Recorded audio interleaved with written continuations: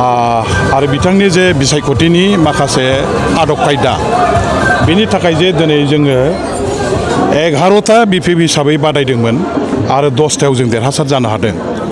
बे देरहासार जानायाव आङो थारैनो जोंनि बिपिएफ दलनि आफादगिरि बिटिसिनि आथिखालनि चिफ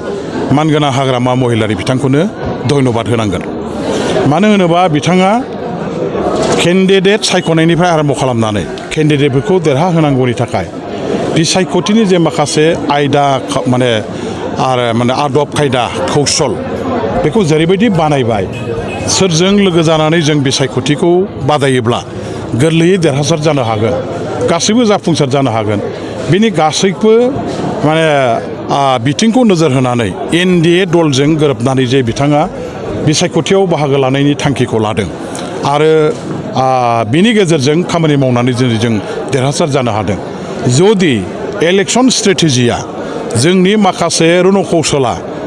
थिग टाइमाव जोङो जोंनि आसल बन्धुफोरखौ सायख'नानै लानो रोङामोनब्ला आरो आसल बन्धुफोरजों थाफानानै खामानि मावनायखौ जुदि जोङो जोंनि स्ट्रेटेजि हिसाबै लानो रोङामोनब्ला एफा बुरजा इलेक्शनाव जोङो नैबे केन्डिडेटफोरखौ देरहाहोनांगौआ गोरलै बाथ्रा नङा। आरो दिनै जोंनि देरहासारनायजों लोगोसे एनडिए हिसाबै जों जे आरोबाव 7 बिजेपिनिफ्राय केन्डिडेटफोर दंमोन बिथांमोनखौबो जे एफाग्राब गोब्राब माखासे बादायलायनाय जे गिथाव बाथाव मोनसे जेनगोन ना देरहागोन बेबायदि गोनो गोथो थासारिनि गेजेराव जे जोङो बे मोनब्रै समष्टिखौ नुदोंमोन, अब्लाबो जे बे मोनब्रै समष्टियाव दिनै बिजेपिनि एनडिएनि केन्डिडेटआ जे देरहासार जानो हादों। आङो दिनैहाय बेवहाय मानगोनां हाग्रामा महिलारि बिथांनि रणकौशल इलेक्शन स्ट्रेटेजिखौ बिथाङा जे बिराद गेबें भाबै लानानै थांनाय इलेक्शनखौ जे बादायदों बेनिनो फिथाइ हिसाबै जों दिनै मोननो हादों होननानै आं सानो। आरो दिनै जोङो बिटिसि ओनसोलनि जायफोर भटदाता रायजोफोर जायफोर भट होग्रा आइ आफा रायजोफोर जोङो बिसेसकरि एनडिए हिसाबै गेलेनायाव जोंहा मोनथाम बिथिंनिफ्राय फायदा जादों। बेयो जाबाय बिपिएफ हिसाबै बिपिएफआ गावनो बिराद सक्तिशालिखा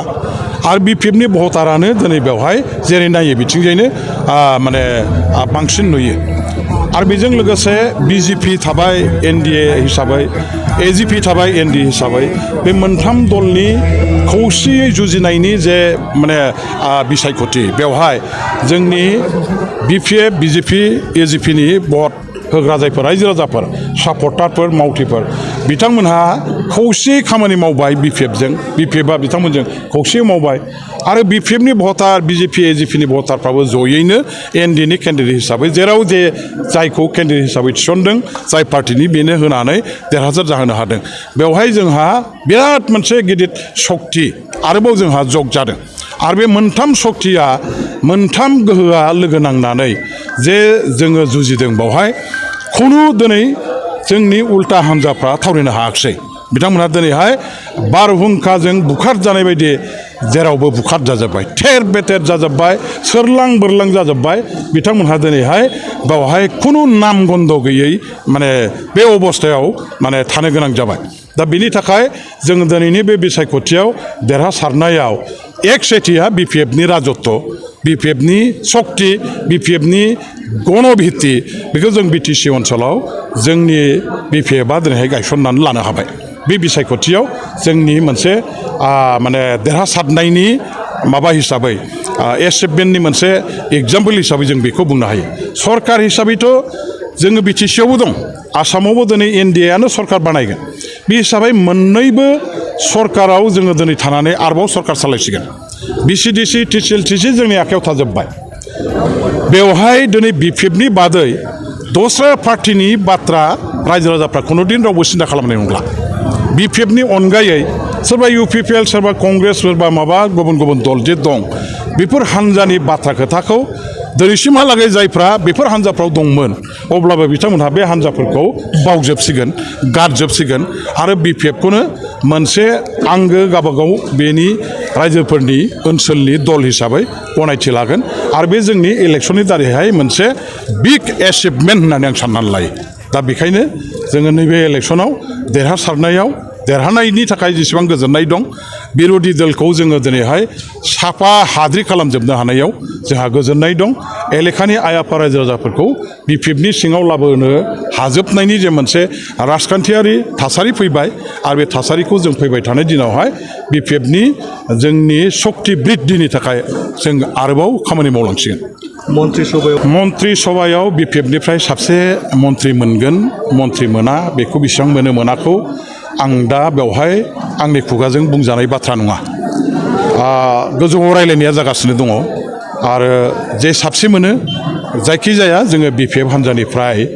जे दाबिदों गासैखौबो मोनजोबाबाबो खिन्थु बिपिएफ हान्जानिफ्राय मन्त्रि सभायाव जोंहा बेयाव माने जोंनिनो गोदानै दा आथिखालाव देरहालांनाय एमएलएफोरनिफ्राय जोङो सायख'नानै मन्त्रि सभायाव जों मन्त्रि खालामनायनि हाबाफारिखौ जयै सावरायलायनानै लागोन खिन्थु मोनसे खोथाया रोखा जे आंनिफ्राय आं खुनुदिन बिदि आंखौ मन्त्रि खालामनांगौ आं मन्त्रि जागोन बे दाबि दावाया आंनिफ्राय खुनुदिन थानाय नङा आं बिपिएफनि सासे साधारन कर्मि साधारन मावथि हिसाबै रायजोफोरनि गेजेराव थानानै खामानि मावबोनाय सासे आङो बिपिएफनि कर्मिसो आरो आंनि थाखाय खुनु खामानिया गिदिरबो नङा खुनु खामानिया फिसाबो नङा गासैबो खामानियानो समान गासैबो खामानिनि गोहो बोलो गासैबो खामानिनि मर्यादा बेसेन एबा मुल्यआ एखे जायखि जेरावखि थाया जोङो गावबागावनि बिबानखौ रुजुननानै दलनि थाखाय खामानि मावनांगौ ओनसोलनि आइ आफा रायजो राजा समाजनि बिटिसिनि थाखाय जों खामानि मावनांगौ आरो थांनाय 10 बोसोराव आं बेखौनो मावबोबाय थादों इयुनावबो आं मावबोबाय थागोन आं जेखि बिबानाव थाया जेखि दायित्वआव थाया बेनो आंनि थाखाय उपयुक्त रायजो राजाफोरखौ सिबिनायनि मोनसे प्लेटफर्म हिसाबै लानानै आं खामानि मावलांगोन बेवहाय आंखौ मन्त्रि खालामनांगौ मन्त्रि खालामनाङा बे बाथ्राया आंनि इस्यु नङा आंना इस्युआ जाबाय टीम बिपिएफ टीम हाग्रामा महिलारि जानानै जोङो बिटिसिनि जौगाखांनायनि रैखाथिनि आरो बिटिसि समाजनि जाति जनगोष्ठीनि खामानि मावनांगौ आंना उद्देश्यआ बेल' बावहाय आं मन्त्रि जानाय मन्त्रि जायै बे आंनि जेबो इस्यु नङा आंनि मोनसे दाबि दावाबो नङा आरो बेखौ लानानै आङो खुनु नेताजों खुनु कर्मिजों खुनु लोगोफोरजों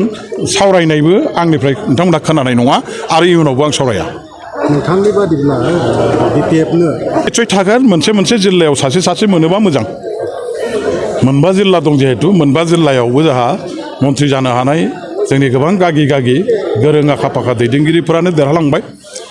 बिथांमोनखौ जोङो साफा मोनफ्रोमबा जिल्लायाव दायित्व होनानै खामानि मावहोनो हानाय बायदि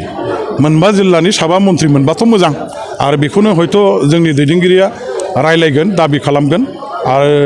उनाव बेसेबां मोना बे आलादा बाथ्रा खिन्थु मोनसे खोथाया बे जोंना लक्ष्यआ उद्देश्यआ बिटिसिखौ गोख्रों खालामनाय रैखाथि होनाय बिटिसिखौ फारफ्रोमबो बिथिङाव जौगाखांहोनाय आरो बिटिसि समाजखौ जोङो जाति जनगोष्ठीनि गेजेराव गोरोबलायनाय खौसे सान्थि आरो आवगायलांनाय डेभेलप जानाय बेल' जोंनि मोनसे उद्देश्य